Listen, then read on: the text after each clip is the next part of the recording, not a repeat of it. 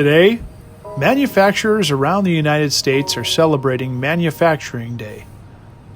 Food manufacturing has played a vital role in our nation's response to the COVID-19 pandemic.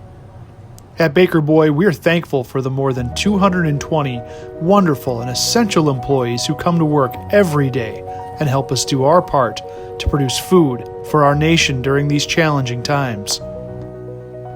Our Baker Boy team has set the platinum standard for food safety and manufacturing safety during the pandemic, and we're going to keep it that way by practicing the 3 W's inside and outside of work.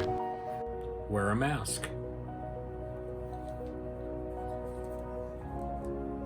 Wash your hands.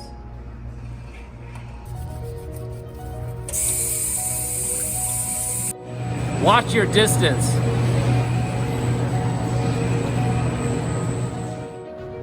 We're committed to keeping our team safe. This helps keep our communities safe and ensures our customers have the products they need to feed a hungry nation. Thank you to everyone at Baker Boy for doing your part.